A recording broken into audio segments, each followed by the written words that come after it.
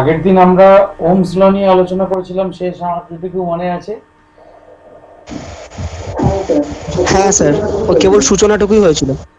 তা সেই Ohm's law এর স্টেটমেন্টটা বলতে গিয়ে বলেছিলাম যে অতি অবশ্যই temperature and other physical factors remaining unchanged, বা বাংলায় হচ্ছে উষ্ণতা এবং অন্যান্য ভৌত অবস্থা অপরিবর্তিত রেখে এই কথাটি উল্লেখ করতেই হবে ওমস ল যখন বর্ণনা করবে বা ওমস ল যখন লিখবে। তা এই temperature and other physical factors এর উপর কিভাবে রোধের পরিবর্তন হয় সেইটা আজকে আলোচনা করব। অর্থাৎ আমাদের আজকে বিষয় হচ্ছে ডিপেন্ডেন্স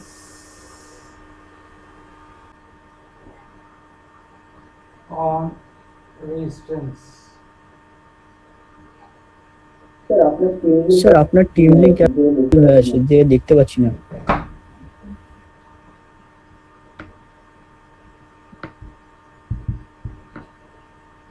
কি দেখতে পাচ্ছ না? না মানে তখন আপনার স্ক্রিনে টিম ছোট হয়ে গেছিল। ছোট হয়ে গেছিল ইনসার্টের মধ্যে। Dependence on physical factors on resistance. এক নম্বর হচ্ছে টেম্পারেচার, বাংলায় হচ্ছে উষ্ণতা। উষ্ণতার উপর কিভাবে রোধ নির্ভর করে? না, উষ্ণতার সঙ্গে রোধের সম্পর্কটা হচ্ছে সাধারণভাবে পরিবাহী ক্ষেত্রে উষ্ণতা বাড়লে রোধ বৃদ্ধি পায়,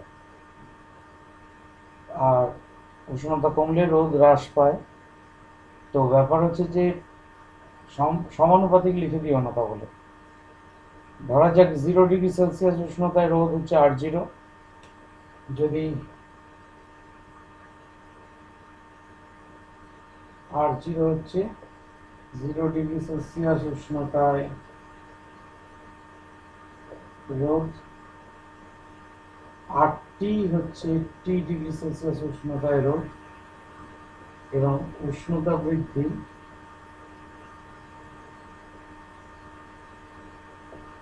যদি T ডিগ্রি সেলসিয়াস হয় তবে এই R0 মধ্যে একটা সম্পর্ক হচ্ছে এইরকম। অর্থাৎ আমরা যখন ওই গুণাঙ্ক পড়েছিলাম, দৈর্ঘ্য প্রসারণ গুণাঙ্ক, ক্ষেত্রফল প্রসারণ গুণাঙ্ক, আয়তন প্রসারণ গুণাঙ্ক, তার বেলায় যেরকম সম্পর্ক পেয়েছিলাম এখানেও ঠিক একই রকম সম্পর্ক, কিন্তু আলফাটা কিন্তু ওই দৈর্ঘ্য প্রসারণ গুণাঙ্ক নয়। আলফাটাকে বলা হয় টেম্পারেচার কোএফিসিয়েন্ট অফ রেজিস্ট্যান্স, বাংলায় হচ্ছে রোধের উষ্ণতা গুণাঙ্ক।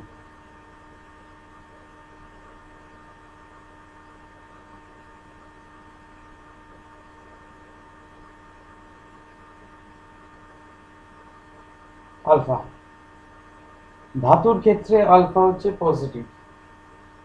ফর মেটালস আলফা হচ্ছে পজিটিভ। ফর সেমিকন্ডাক্টরস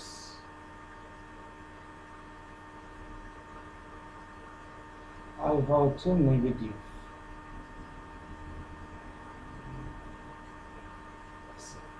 কিছু কিছু নন মেটালের ক্ষেত্রে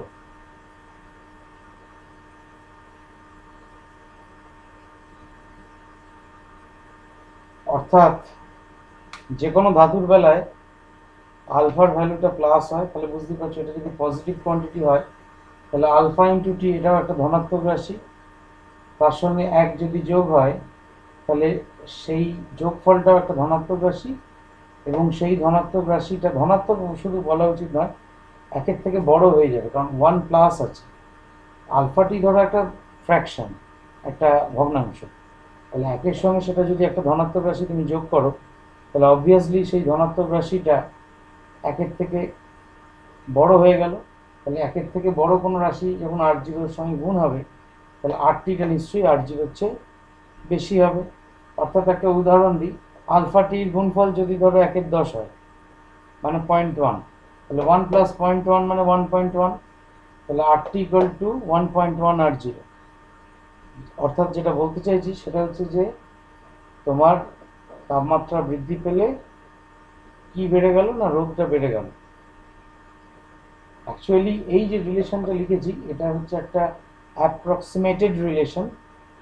আসল রিলেশনটা এটা সেই ইনফাইনাইট সিরিজের মতো আর কি, RT equal to R0 1 plus alpha t plus beta t square plus gamma t cube এরকম চলতে থাকবে। এবং আলফা বিটা গামা ইত্যাদির মান এত ছোট যে তোমার ফার্স্ট টার্মটাই চিজ ইকুয়েশনের মতো অনেক। বুঝতে পারলাম না। কচিজ ইকুয়েশনের মতো। কশিস রিলেশন তো a plus b by lambda square ছিল, ওখানে ল্যামডা টার্ম ছিল না এবং তলায় ভেরিয়েবলটা ছিল। কশিস রিলেশনটা এখানে মেলাতে যেও না, ওখানে ছিল a plus b by lambda square plus c by lambda to the power 4। প্রথম কথা হচ্ছে এই ভেরিয়েবলগুলো তলায় ছিল, এবং দ্বিতীয় কথা হচ্ছে ল্যামডা টার্ম ছিল না, ল্যামডা কিউব টার্ম ছিল না। হ্যাঁ, তা সুতরাং কশিস রিলেশন আমরা বলতে পারবো না, এটা মেলাতে যেও না। এর সঙ্গে বলতে পারো ইনফাইনাইট সিরিজ দুটোই, এরকম ইনফাইনাইট সিরিজ প্রচুর আছে, শুধুমাত্র এইটাই যে ইনফাইনাইট সিরিজ তা নয়। তা যেটা বলতে যাচ্ছিলাম সেটা হচ্ছে সেমিকন্ডাক্টরের ক্ষেত্রে, সেমিকন্ডাক্টর কাদের বলে? অর্ধপরিবাহী। অর্ধপরিবাহী কাকে বলে যদি প্রশ্ন করা হয় কি উত্তর দেবে? মানে এমনি আমাদের সাধারণ বুদ্ধি থেকে, যাদের পরিবাহিতা ধাতুর থেকে কম আর অধাতুর থেকে বা বলতে পারো নন কন্ডাক্টর যেগুলো অর্থাৎ কুপরিবাহী থেকে বেশি, এরকম উত্তর দেবে তো? এরকম উত্তর দিলে কিন্তু কোনো মার্কস নেই। তাহলে কি করে মানে ঠিক উত্তরটা কি হবে? তাহলে ঠিক উত্তরটা লিখতে গেলে তাহলে আমার বলতে হবে যে সেই পদার্থগুলোই অর্ধপরিবাহী যাদের এই আলফা অর্থাৎ রোদের উষ্ণতা গুণাঙ্কটি নেগেটিভ হয় বা ঋণাত্মক হয়। এবং এই দুটো টার্ম পিটিসি আর এনটিসি, এই দুটো টার্ম খুব ব্যবহার হয়। পিটিসি মানে হচ্ছে positive temperature coefficient of resistance, NTC মানে হচ্ছে negative temperature coefficient of resistance. হ্যাঁ, অর্থাৎ দেখবে থার্মিস্টার বলে এক ধরনের জিনিস হয়। থার্মিস্টারের প্রধান কাজ হচ্ছে তার তাপমাত্রাটার রোধের পরিবর্তন, তাপমাত্রা পরিবর্তনের সঙ্গে রোধের পরিবর্তনটা খুব প্রমিনেন্ট হয়। এবং এই থার্মিস্টার ব্যবহার করে অনেক কিছু ব্যবহার, সবচেয়ে বেশি পরিমাণে ব্যবহার করা হয় হচ্ছে রেফ্রিজারেটরে এবং এয়ার কন্ডিশনার মেশিনে থার্মিস্টার ব্যবহার করা হয়।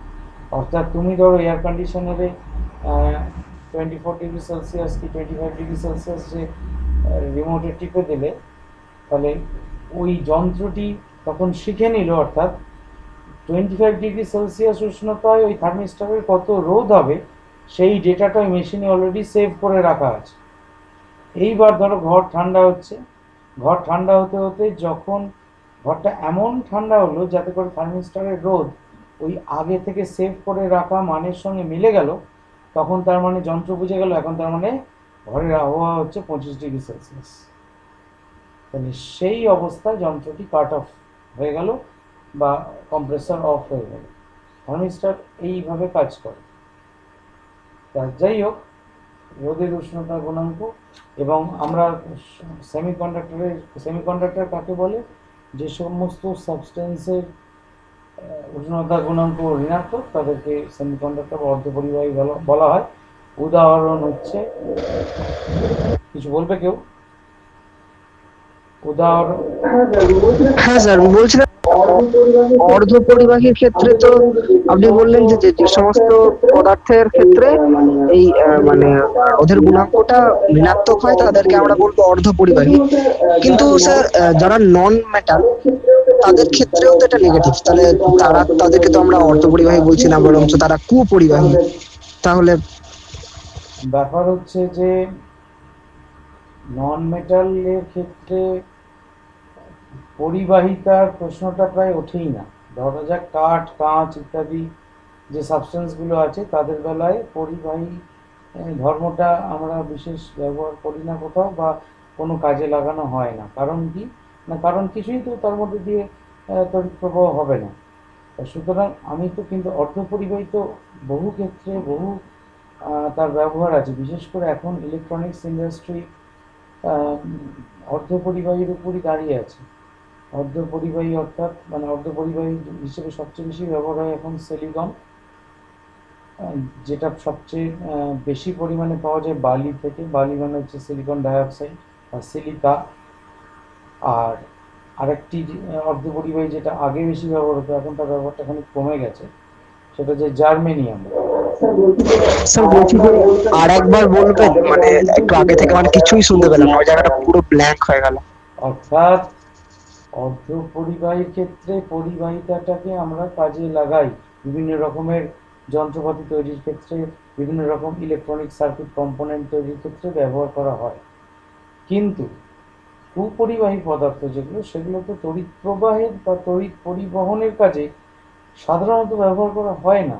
তার পরিবাহিতাটা আমার বিশেষ মানে মাপার প্রয়োজন পড়ে না, বা তারা একদমই প্রায় তড়িৎ মানে তারা তাদের মধ্যে দিয়ে যে পরিমাণ তড়িৎ পরিবহন করে সেটা অ্যাজ গুড অ্যাজ নেগলিজেবল, মানে করে না বললেই চলে। আর বিশেষ শর্তে হয়তো খানিক তড়িৎ পরিবহন করতে পারে, সেই বিশেষ শর্ত মানে বিশেষ মানে খুবই বিশেষ শর্ত, সেগুলো বাদ দিই আমরা।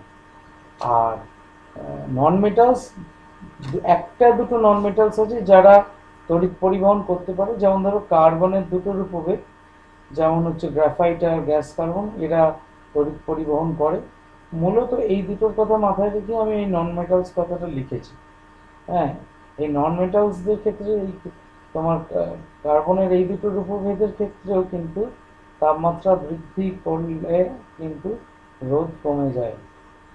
চাপ দিলে তো হয়ই, তাপমাত্রা দিলেও হয়। তবে মূলত সেমিকন্ডাক্টর আমরা তাদেরকেই বলবো যে যে যারা হচ্ছে তোমার অর্ধপরিবাহী, বাংলায় বলে অর্ধপরিবাহী, এবং যাদের টেম্পারেচার কোএফিসিয়েন্ট অফ রেজিস্ট্যান্সটা হচ্ছে নেগেটিভ। আর আরও একটা কথা বলি এক্ষেত্রে, এটা আরও গুরুত্বপূর্ণ কথা। তোমরা যখন কেমিস্ট্রি ভিউ পয়েন্ট থেকে মৌলগুলোকে পড়ো, তখন কিন্তু অর্ধপরিবাহী বলে কোনো টার্ম তোমাদের পড়তে হয় না। তোমরা ধাতু পড়ো, অধাতু পড়ো, আর ধাতুকল্প কিছু কিছু ক্ষেত্রে পড়ো। ধাতুকল্প মানে যেগুলো ওই মেটালয়েডস বলে, যেগুলো যে প্রপার্টিগুলো মোটামুটি বলা হয় মেটাল আর নন মেটালের মাঝামাঝি। তা এই যে সিলিকন বললাম, এটা কি ধাতুকল্পের মধ্যে পড়ে? পড়ে না তো। সিলিকনকে আমরা আমাদের কেমিস্ট্রির জ্ঞান থেকে একে কোন ভাগে ফেলি, মেটালে না নন মেটালে?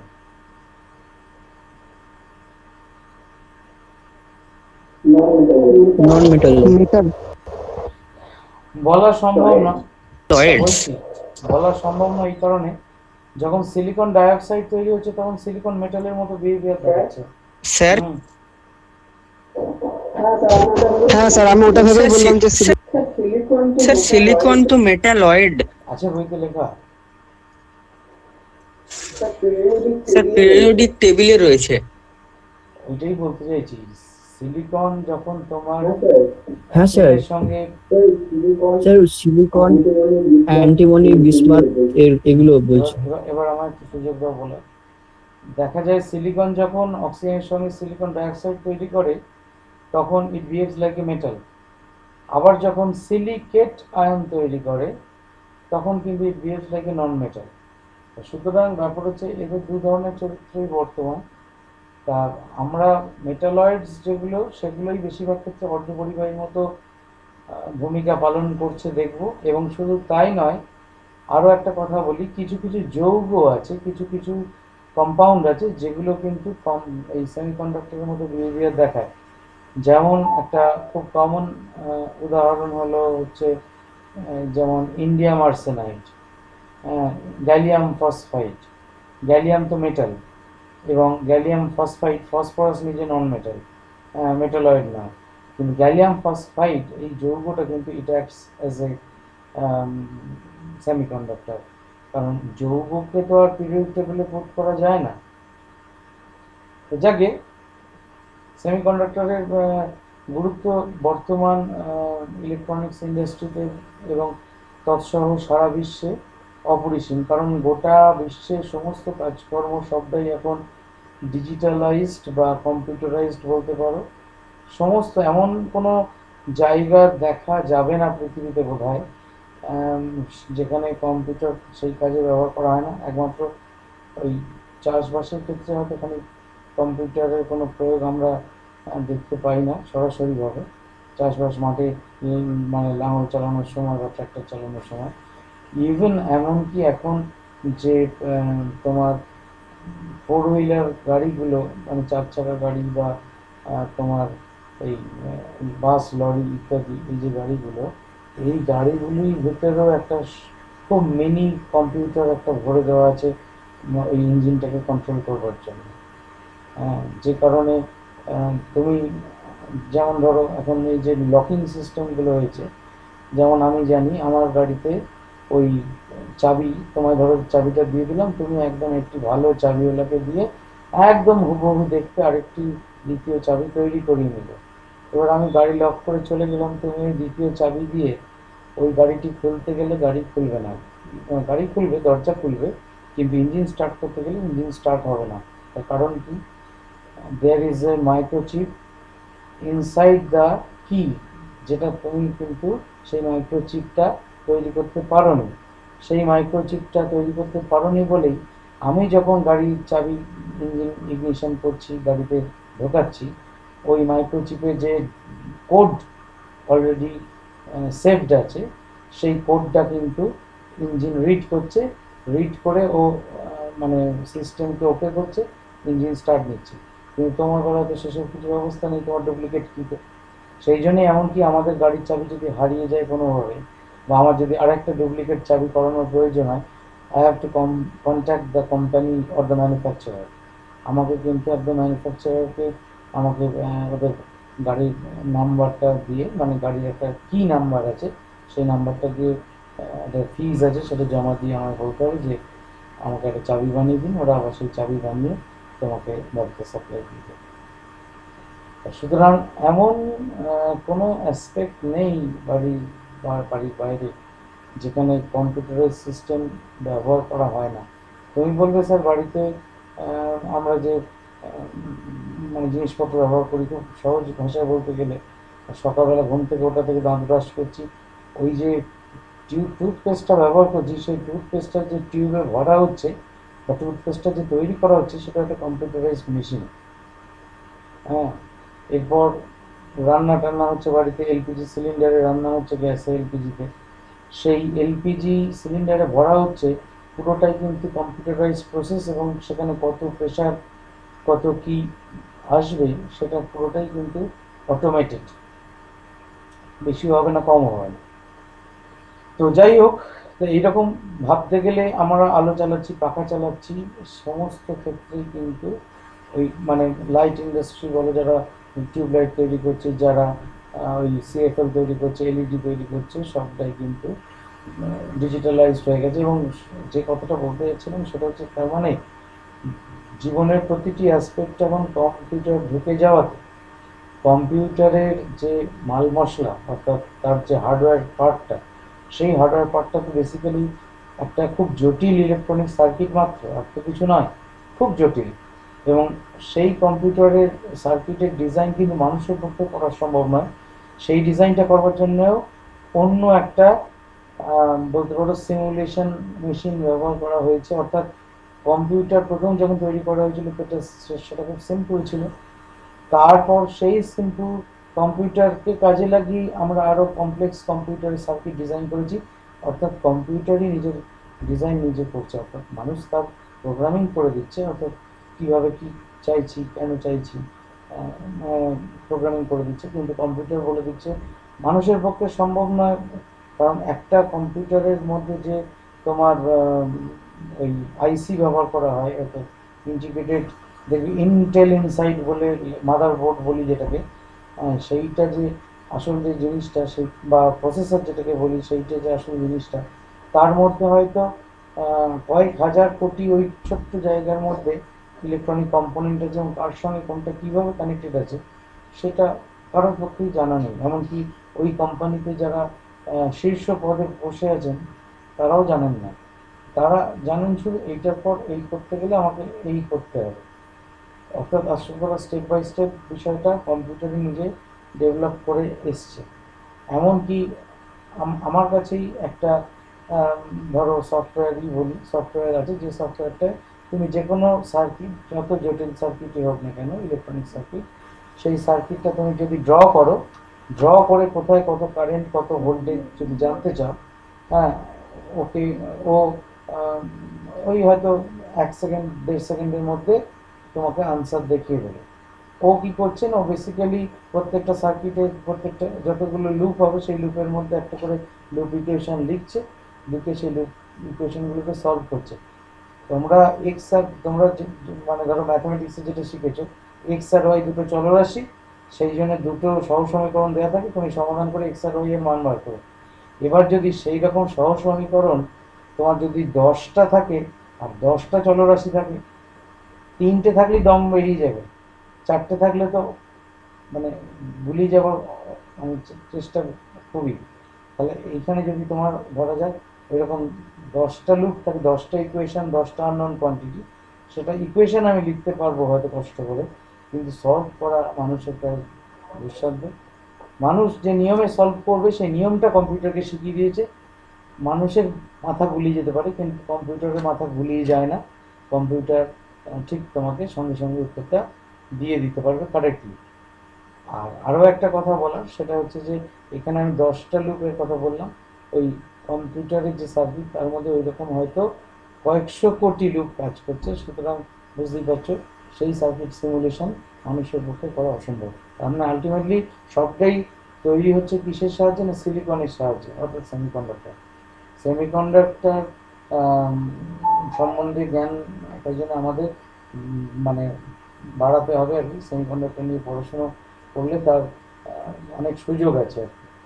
আমার যেমন নিজের ক্ষেত্রে দেখেছিলাম, আমার যে ইলেকট্রিক পেপার ছিল, অর্থাৎ মাস্টার ডিগ্রিতে সেমিকন্ডাক্টর ডিভাইসেস, তো সেই সেমিকন্ডাক্টর ডিভাইসেসের মধ্যে সেমিকন্ডাক্টর ডিভাইসেসের বিভিন্ন রকম ফিচার্স আমরা পড়াশোনা করেছিলাম।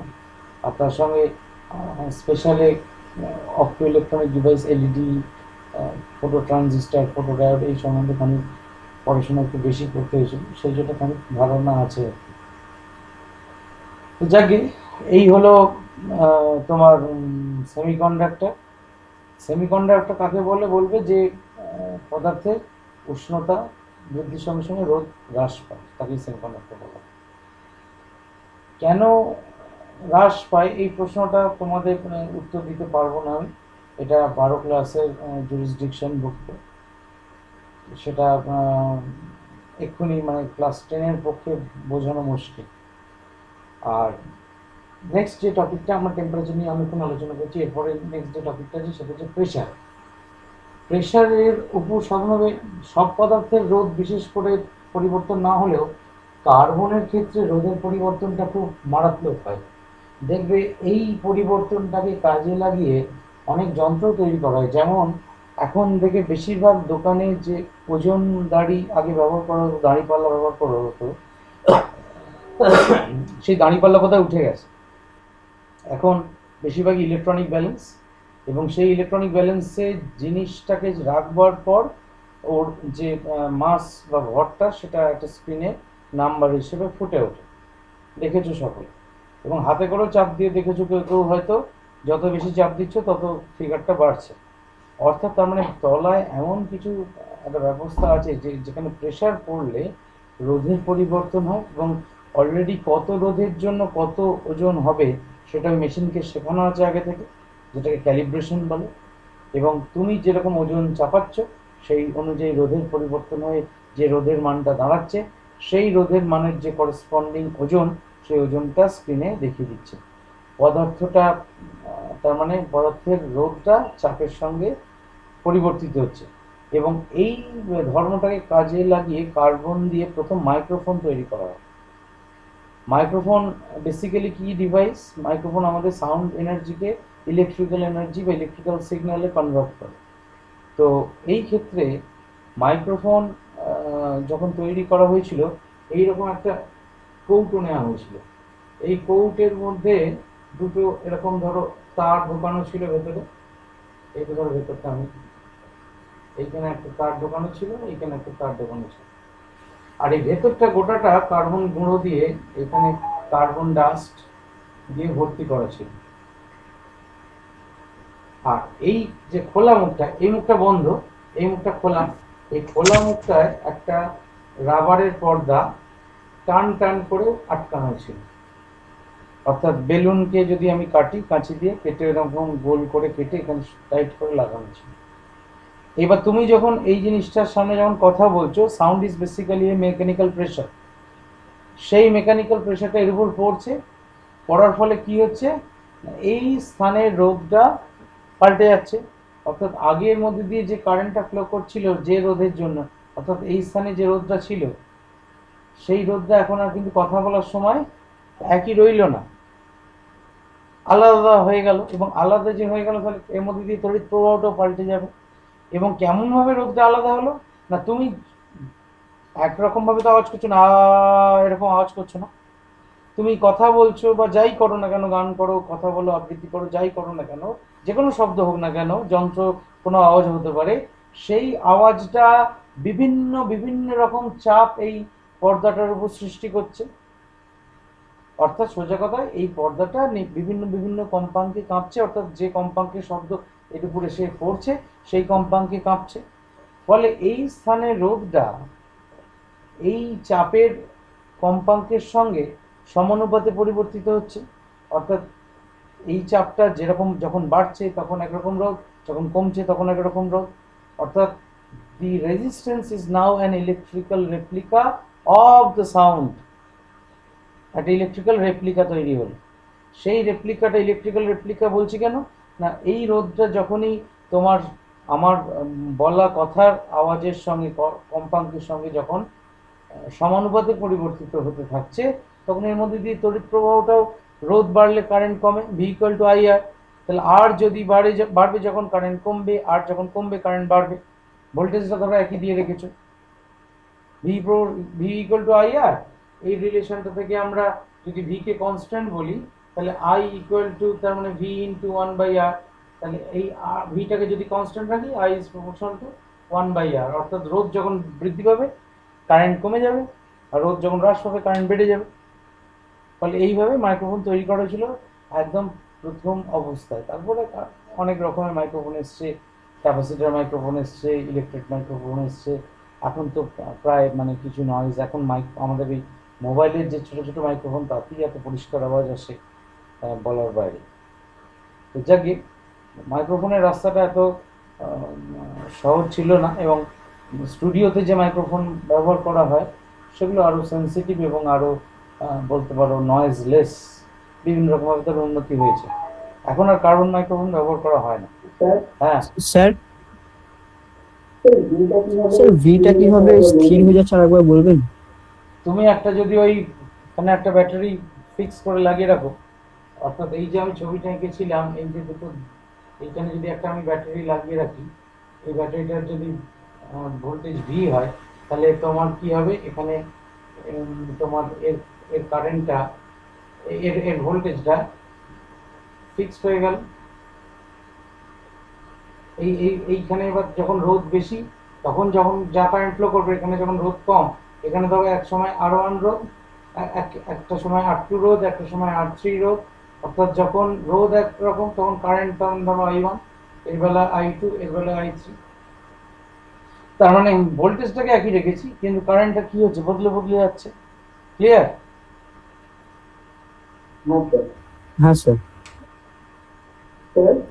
স্যার স্যার আগের দিন যেটা পড়েছিলেন ওই তড়িৎ প্রবাহ মাত্রা দিয়ে যে আমাদের এককের সম্পর্কে লেখা আছে যে 1 ইএমইউ প্রবাহ মাত্রা ইজ ইকুয়ালস টু 10 অ্যাম্পিয়ার প্রবাহ মাত্রা, এটা কিভাবে হচ্ছে? 1 হ্যাঁ স্যার, বলছিলাম যে যেটা 1 ইএমইউ প্রবাহ মাত্রা, 1 ইএমইউ প্রবাহ মাত্রা ইজ ইকুয়ালস টু 10 অ্যাম্পিয়ার প্রবাহ মাত্রা। লিখেছে, যিনি লিখেছেন তার তো দায় নেই তোমাকে বোঝানোর, একজন লিখে দিয়েছেন, ওটা তোমার প্রয়োজন নেই। ইলেকট্রোম্যাগনেটিক ইউনিট এখনো ব্যবহার করা হয় না, ওটা লিখেছে জেনে রেখে দাও। 1 ইএমইউ হচ্ছে 10 অ্যাম্পিয়ার। ইলেকট্রোস্ট্যাটিক ইউনিট যেমন আছে সেরকম ইলেকট্রোম্যাগনেটিক ইউনিটও হয় একটা, ব্যবহার প্রায় হয় না বললেই চলে। আচ্ছা, নেক্সট আমরা কি নিয়ে আলোচনা করলাম? তাপমাত্রা আর চাপ নিয়ে। মিউট করো স্যার লাইট। স্যার তাহলে প্রেসারের ক্ষেত্রে আমরা বলবো যে মানে প্রেসার বাড়লে রোধ বাড়বে। প্রেসার বাড়লে রোধ কমে কার্বনের বেলায়। রোধ মানে রোধের ক্ষেত্রে রোধের পরিবর্তনটা প্রেসার তারতম্যের জন্য খুব প্রমিনেন্ট নয়। সাধারণভাবে ধাতুর ক্ষেত্রে এই পরিবর্তনটা প্রায় বোঝা যায় না, ওই কার্বনেরই এই ধর্মটা দেখতে পাওয়া যায় আর কি। লাইট ডিপেন্ডেন্ট লেখা উচিত, ডিপেন্ডেন্ট রেজিস্টার। Okay sir. এই এলডিআর তৈরি করা হয় মূলত সেলেনিয়াম মেটাল দিয়ে। এই সেলেনিয়ামেরই এই প্রপার্টিটা খুব প্রমিনেন্ট। সেলেনিয়ামের উপর আলো পড়লে রোধ কমে যায়, এবং বুঝতেই পারছো এর ব্যবহার ফায়ার অ্যালার্ম বা ইত্যাদি, যেখানে আলো ধরো হঠাৎ করে জ্বলে গেল, সেখানে তোমার অ্যালার্ম বাজতে লাগলো, এই ধরনের ক্ষেত্রে ব্যবহার করা হয়। এমনকি আমি বিশ্বভারতীতে ফিজিক্স ডিপার্টমেন্টে দেখেছিলাম যখন কাজ করতে যেতাম আর কি, পিএইচডি, ওখানে একটা সামার প্রজেক্ট হিসেবে একজন স্যার পড়িয়েছিলেন যে রাত্রিবেলা মোটামুটি ধরো এই সন্ধে হয়ে যাওয়ার পর যেন সমস্ত কমন স্পেসের আলোগুলো আপনা আপনি জ্বলে যাবে, এবং রাত্রি থেকে আবার যখন সকাল হয়ে যাবে, অর্থাৎ বারান্দা বা ইত্যাদি সামনে যে লন আছে সেই জায়গায় যে আলোগুলো লাগানো আছে সেই আলোগুলো দিনের আলো ফোটার সঙ্গে সঙ্গে আবার নিভে যায়। তা এই ব্যাপারটা মানে কন্ট্রোল করার জন্য একটা মাইক্রো কন্ট্রোলার সার্কিট তৈরি করেছিলেন। তার সেন্সারটা ছিল এই সেলেনিয়াম বা এলডিআর, এবং সেইখানে একটা 30 মিনিটস একটা ডিলে পর্যন্ত লাগিয়েছিলেন। 30 মিনিটস ডিলেটা লাগানোর উদ্দেশ্য কি? অর্থাৎ তুমি ধরো বদমাইশি করে এলডিআরটা হাত চাপা দিয়ে দিলে, এলডিআর দেখলো আমার হয়েছে, মানে আমার কাজটা অন্ধকার হয়ে গেছে, তাহলে আমাকে এবার আলোগুলো সব জ্বালাতে হবে। তাহলে তোমার কি করবে এলডিআর? তখন সব আলো জ্বালিয়ে দেবে। আবার এলডিআরের উপর কেউ টর্চ জেলে রেখে দিল, সঙ্গে সঙ্গে সব আলোগুলো নিভে যাবে। দুটোই সমান বিপজ্জনক। অর্থাৎ ধরো কেউ কিছু রাত্রিবেলা খারাপ কাজ করতে এসছে, তোমার এলডিআর এর উপর দুজন লোক এসছে, একজন এলডিআর এর উপর একটা টর্চ জেলে রইল, এলডিআর দেখছে আমার উপর প্রচণ্ড আলো, আমি তাহলে সব আলোগুলোকে, কমন স্পেসের সমস্ত আলোগুলোকে নিভিয়ে দিই। এবার ওর যে সাগরেদ আছে তার পক্ষে তোমার ওই চুরি বাটপাড়ির কাজগুলো করা সুবিধাজনক হলো। এইটা যাতে না হয় সেই জন্যে ওই 30 মিনিটস ডিলেটা ছিল। অর্থাৎ তুমি যেই মুহূর্তে এলডিআরটাকে অন্ধকার করবে সেখান থেকে 30 মিনিট বাদে এলডিআর অ্যাকশান নেবে আর কি। সেটা মাইক্রোপ্রসেসরে করে আর কি, মানে যেটাকে প্রোগ্রামিং বলা হয়, সেই প্রোগ্রামিংয়ের মাধ্যম দিয়ে করা যায় সেটা। এইটাকে বলা হয় তোমার এলডিআর, মানে এই ধরনের কাজ করানোর জন্য এলডিআর ব্যবহার করা হয় খুব বেশিভাবে। বা হঠাৎ করে ধরো মেঘ পড়ে গেল। স্যার বলছি যে আপনি সিলিকনেরটা কি বললেন, মানে সিলিকনের ক্ষেত্রে আলোর তীব্রতা যত বাড়বে তত কি ওর মানে রোধটা বাড়বে না কমবে? ওর পরিবাহিতাটা বাড়বে। সেটা যদি আলো ও তাহলে যদি আলোর তীব্রতাটা বাড়ে তাহলে ওর পরিবাহিতাটা বাড়বে। ঠিক আছে, পরিবাহিতাটা বাড়বে। স্যার তাহলে ওই এলডিআর এর ক্ষেত্রে এলডিআর এ কি সিলিকন ব্যবহার করা হয়? সেলেনিয়াম লিখে দিলাম যে, হ্যাঁ স্যার সেলেনিয়াম ব্যবহার করা হয়। ব্যবহার করা হয়। ঠিক আছে? তো স্যার তাহলে সেলেনিয়ামে যখন ধরুন সামনে যখন টর্চটা ধরেছি তখন ধরুন তীব্রতাটা বা আলোটা তো পড়েছে, তাহলে তো ওর পরিবাহিতাটা, ও হ্যাঁ ঠিক আছে ঠিক আছে, বেড়ে যাচ্ছে, ঠিক আছে আমার ভুল হয়েছে। পরিবাহিতাটা বাড়লে সেলেনিয়ামটা ধরো সুইচের কাজ করছে, যে সেলেনিয়ামের মধ্যে দিয়ে যখন কারেন্ট ফ্লো করবে বাইরের সার্কিট তখন অফ, সেলেনিয়ামের মধ্যে দিয়ে যখন কারেন্ট ফ্লো করবে না বাইরের সার্কিট তখন অন। পরিষ্কার হিসেব, মানে এটা এটা নট সার্কিট বলা হয় আর কি এটাকে, মানে সুইচ অন করলে আলো অফ, সুইচ অফ করলে আলো অন। বুঝেছো?